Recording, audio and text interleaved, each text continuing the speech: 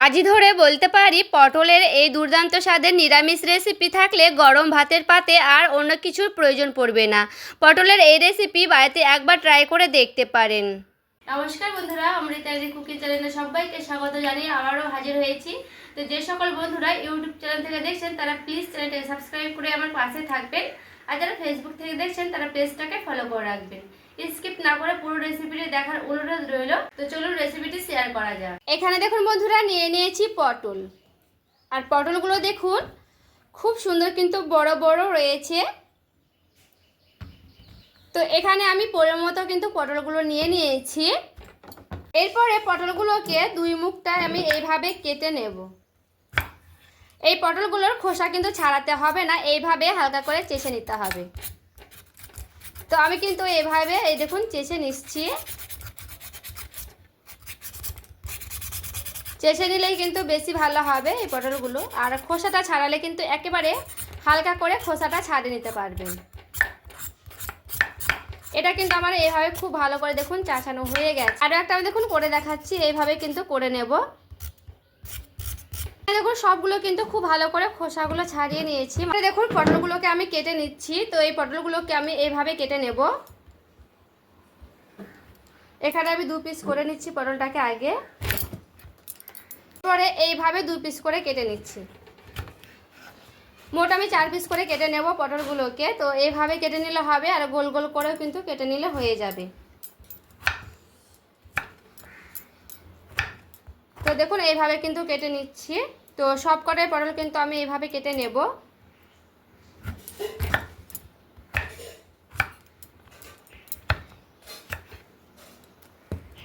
এখানে দেখুন সবগুলো পটল কিন্তু আমার কাটানো হয়ে গেছে। এরপরে খুব ভালো করে কিন্তু আমি ধুয়েও নেব জলে। 3টের মতো নিয়েছি আলু। এরপরে আলুটাকে আমি কেটে নিচ্ছি। এই আলুটাকে একটু ডুমো ডুমো করেই কেটে নেব, কারণ এইভাবে কেটে নিলে হয়ে যাবে। তো এখানে আমি 3টে আলু দিচ্ছি। আপনার চাইলে কিন্তু কমও দিতে পারেন এর পরিবর্তে, বা বেশিও কিন্তু দিতে পারেন। তো এইভাবে কিন্তু আলুগুলোকে আমি কেটে নিচ্ছি, 3টে আলু। এখানে আমার দেখুন খুব ভালো করে কিন্তু আলুগুলো কাটানো হয়ে গেছে। দেখুন আমি কড়াই বসিয়ে নিয়েছি, কড়াইয়ে দিয়ে দিচ্ছি সরিষার তেল। তেলটা গরম হয়ে গেলে সবার প্রথমে আমি দিয়ে দেবো সেই আলু কেটে রাখাগুলো। প্রথমে আমি আলুটাই ভেজে নিচ্ছি, কারণ পটলের তেল কিন্তু কালো হয়ে যায় তার জন্য। তো সবগুলো আলু কিন্তু আমি দিয়ে দিলাম এখানে। এবারে আলুটাকে একটু ভালো করে নাড়াচাড়া করে নিলাম। এরপরে দেখুন আলুটা আমার কিন্তু খুব ভালো করে ভাজানো হয়ে গেছে, লালচি করে, মানে ব্রাউন কালার করে কিন্তু ভেজে নিয়েছি। এরপরে সবগুলো আলু আমি কিন্তু উঠিয়েও নিলাম। সেই তেলের ওপরে আমি দিয়ে দিচ্ছি 1 চিমটের মতো হলুদের গুঁড়া, কারণ এই পটলগুলো ভাজবো তার জন্য। হলুদের গুঁড়াটা দিয়ে একটু ভালো করে নাড়াচাড়া করে নিলাম। এরপরে যে ধুয়ে রাখা পটলগুলোকে আমি দিয়ে দিচ্ছি। পটলটাকে খুব ভালো করে কিন্তু ভেজে নিতে হবে। লাল লাল করে কিন্তু পটলগুলোকে আমি ভেজে নেব। তার জন্য কিন্তু সাইড থেকে এইভাবে একটু ভালো করে ছড়িয়ে ছড়িয়ে দিলাম। দেখুন পটলটা কিন্তু আমার খুব ভালো করে ভাজানো হয়ে গেছে, দেখে বুঝতে পারছেন। আমি কিন্তু এইভাবে খুব সুন্দর করে সাইডে ছড়িয়ে ছড়িয়ে কিন্তু ভেজে নিয়েছি, আর পটলটাকে খুব ভালো করে কিন্তু লালচে লালচে করে ভেজে নিতে হবে। এরপরে আমি সেই আলুর বাটিটাতেই উঠিয়ে নিচ্ছি সেই পটলগুলোকে। এই সবগুলো পটল কিন্তু আমার উঠানো হয়ে গেছে। দেখুন দিয়ে দিচ্ছি গোটা জিরা। এখানে আমি দিয়ে দিচ্ছি অর্ধেক করে ভেঙে রাখা সেই লঙ্কা। এখানে আমি আদা আর জিরে বেটে নিয়েছিলাম, সেটা আমি দিয়ে দিচ্ছি। এরপর এখন দিয়ে দিচ্ছি পরিমাণ মতো লবণ, দিয়ে দিব হলুদের গুঁড়া পরিমাণ মতন, দিচ্ছি কাশ্মীরি লঙ্কার গুঁড়া 1 চামচের মতো। খুব ভালো করে মশলাটাকে আমি নাড়াচাড়া করে নিচ্ছি। গ্যাসের আঁচটাকে বাড়িয়ে দিয়ে খুব ভালো করে মশলাটাকে আমি কষতে নেব। এখানে মশলাটা কিন্তু খুব সুন্দর করে কষতে নিতে হবে, যেন কাঁচা গন্ধ না থাকে সেইভাবে। দেখুন 2 চামচের মতো আমি টক দই নিয়েছি। টক দইটা হালকা করে একটু ফেটিয়ে নিচ্ছি। এরপরে টক দই ফেটানোটা আমি দিয়ে দিচ্ছি। একটু জল বুলিয়ে কিন্তু আমি দিয়ে দিলাম সে বাটিটা। খুব ভালো করে দেখুন মশলার সঙ্গে টক দইটার সঙ্গে আমি এইভাবে আরও নাড়াচাড়া করে নিচ্ছি। এতে করে আমার ফাটানো হয়ে যাবে টক দইটা, আর সে মশলাটা কিন্তু খুব ভালো করে কষানো হয়ে যাবে। তো খুব ভালো করে কিন্তু এখানে আমি নাড়াচাড়া করে নিচ্ছি। টক দই দিয়েছি, তার পরিবর্তে দিয়ে দিচ্ছি চিনি, মানে ব্যালেন্সটা ঠিক থাকবে তার জন্য। এরপরে চিনিটা দিয়ে খুব ভালো করে এভাবে আবারও নাড়াচাড়া করে নিচ্ছি।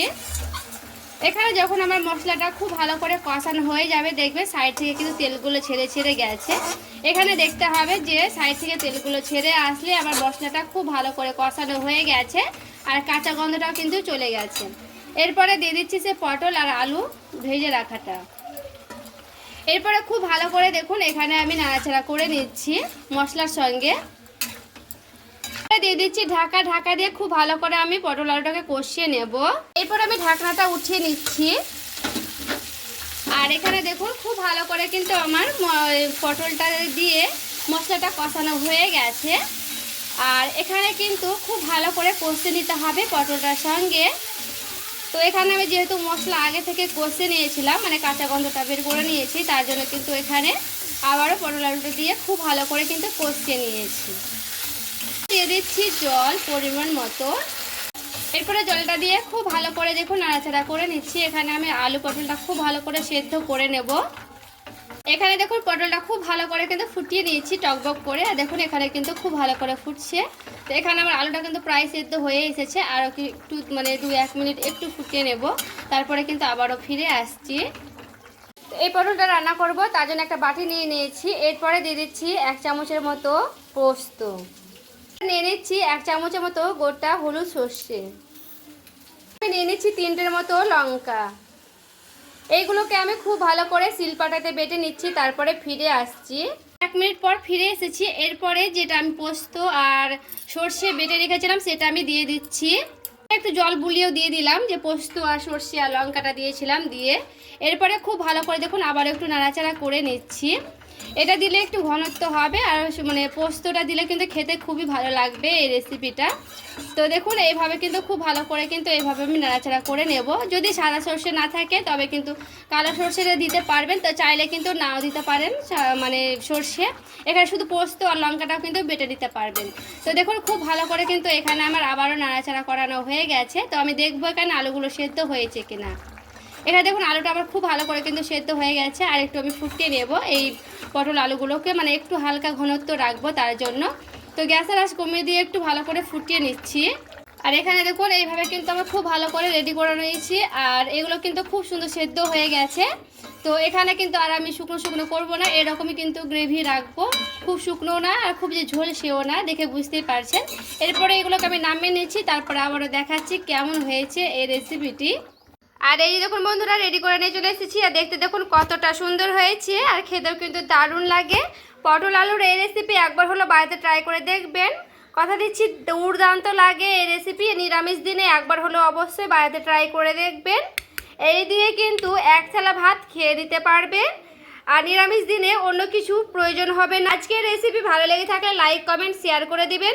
সকলে ভালো থাকবেন, সুস্থ থাকবেন। দেখা হচ্ছে আরও একটি রেসিপির সঙ্গে।